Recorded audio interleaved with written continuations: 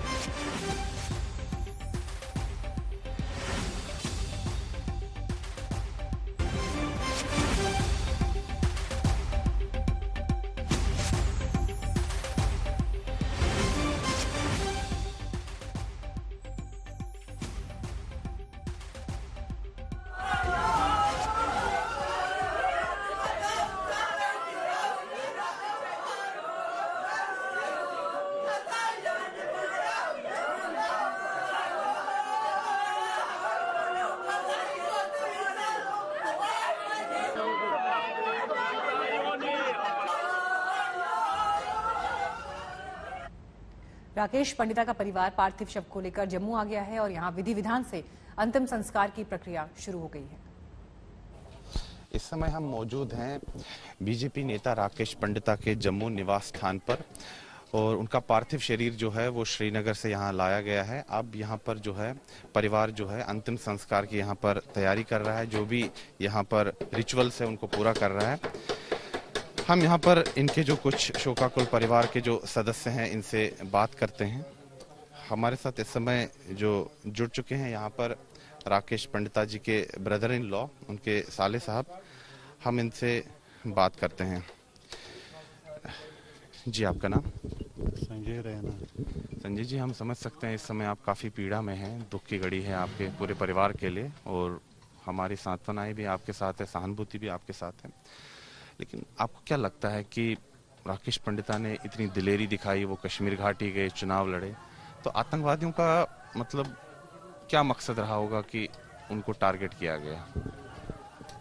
इस वक्त जो प्रिवेलिंग सिचुएशन है श्रीनगर की, क्योंकि मैं खुद भी वहाँ रह रहा हूँ, ऐसी कोई बात नहीं। कुछ लोग अच्छे हैं, कुछ लोग ऐसे हैं जो कि इस चीज़ में जो अगर वहाँ पर कोई भी कार्य जैसे चले, गवर्नमेंट का कोई भी काम चले, उसको वो चाहते हैं कि वो बर्बाद करना है। बाकी कुछ सेंसिटिव लोग भी हैं जिनकी वजह से ये भी उस चीज़ में आ गए। वहाँ पर बहुत बड़े काम किए उन्होंने और जिसके नज़रिए से उनको भी ये चलता था कि वहाँ पर सारे वो है।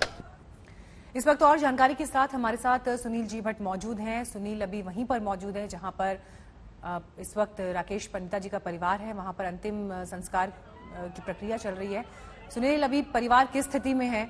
यकीनन दुखों का पहाड़ उन पर टूट पड़ा है। क्या परिवार इस वक्त कह रहा है? उनकी बात आप बिल्कुल आज देश के सामने रखें। बिल्कुल मीनाक्षी, परिवार जो है इस समय गहरे शोक में है। हमने परिवार के कई सदस्यों से भी बात की और राकेश पंडिता के जो सुपुत्र हैं उनसे भी हमने बात की, पारस पंडिता से। परिवार के जितने सदस्यों से भी हमारी बातचीत हुई, उन्होंने एक ही चीज कही कि इस हत्या की जो है उच्च स्तरीय जांच होनी चाहिए, या तो एनआईए के द्वारा या सीबीआई के द्वारा। और साथ ही में परिवार ने ये भी संदेह जताया है कि हो सकता है कि उस गांव में कोई अलगाववादी मानसिकता के कुछ लोग हों जिन्होंने आतंकवादियों को टिप ऑफ दिया हो उनकी उपस्थिति के बारे में, और जिसके कारण राकेश पंडिता की हत्या हुई। तो साफ तौर पर परिवार जो है वो उच्च स्तरीय जांच की जो मांग कर रहा है और साथ ही में ये भी कह रहा है कि राकेश पंडिता जो है एक विस्थापित कश्मीरी पंडित थे। जम्मू से वो कश्मीर गए, वहां पे चुनाव लड़ा, वो भी जो आतंकवादियों का गढ़ माना जाता है त्राल इलाका दक्षिण कश्मीर के पुलवामा जिले में, वहां पर उन्होंने चुनाव लड़ा, चुनाव जीते और वहां की जनता की सेवा भी की और अब जो है वो शहीद हो गए हैं। तो देश की सरकार को इस चीज का संज्ञान लेना चाहिए।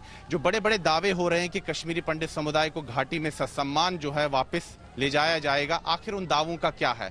अगर वहां पर चुने हुए राजनीतिक एक्टिविस्ट भी अगर सुरक्षित नहीं है तो आम लोग कैसे सुरक्षित होंगे, राष्ट्रवादी लोग कैसे सुरक्षित होंगे, परिवार ये सवाल उठा रहा है। तो साफ तौर पर परिवार जो है इस समय गहरे शोक में है। और मीनाक्षी भाई, यहाँ पर जो दक्षिण कश्मीर के ही एक सरपंच है हमारे साथ, हम उनसे भी बातचीत करते हैं। ये मटन इलाके के हैं, अनंतनाग जिले के। हम इनसे बात करते हैं। राकेश कौल, राकेश कौल जी, आप कश्मीर घाटी में जो है चुने हुए प्रतिनिधि है, वहां पर क्या माहौल है इस समय? वहां पर जिस प्रकार से हत्याएं हो रही है, वहां पर पंच सरपंचों की माहौल के बारे में बताइए।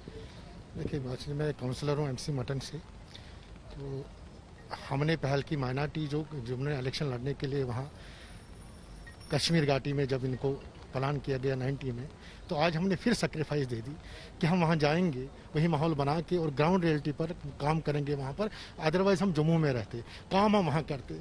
आप देख लीजिए राकेश जी का फादर 17 तारीख को गुजर गए, इसी शमशान घाट में उसने यहाँ पर चिता दी। उनके काफी घनिष्ठ मित्र हैं? बिल्कुल थे। इलेक्शन प्रोसेस में खड़ा करने वाला मैं ही था उसमें, क्योंकि मैं एक इस पार्टी का भाजपा का वाइस प्रेसिडेंट डिस्ट्रिक्ट अनंतनाग से। आप तो भारतीय जनता पार्टी के सदस्य भी हैं। मुझे बताइए कि क्या लगता है आपको, सरकार की भी विफलता है कि जिस प्रकार से वहां पर राजनीतिक एक्टिविस्टों की हत्याएं हो रही हैं? माइनॉरिटी को टारगेट बनाने को और बीजेपी को खासकर आप देख लीजिए। आपको लगता है कि कश्मीरी पंडित समुदाय के लोग सुरक्षित नहीं है वहां पे? कैसे? अभी तो जिसको जो बात हम कर रहे थे रिटर्न की पॉलिसी, क्या करेंगे? ये चिता देख लीजिए। इनके बेटे को, मैं अपनी भाभी को क्या जवाब देता हूँ?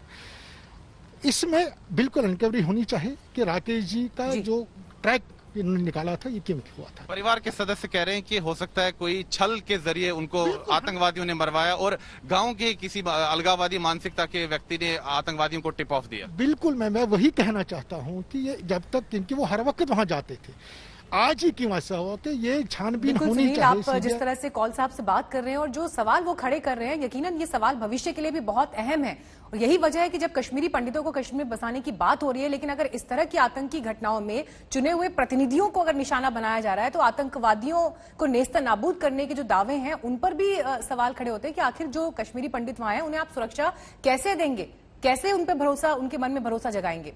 जम्मू में बीजेपी के प्रदेश अध्यक्ष रविंद्र रैना ने क्या कहा इस पूरे घटना पर, सुनिए। पाकिस्तानी आतंकवादियों ने एक बार फिर कश्मीर घाटी को लहूलुहान किया है।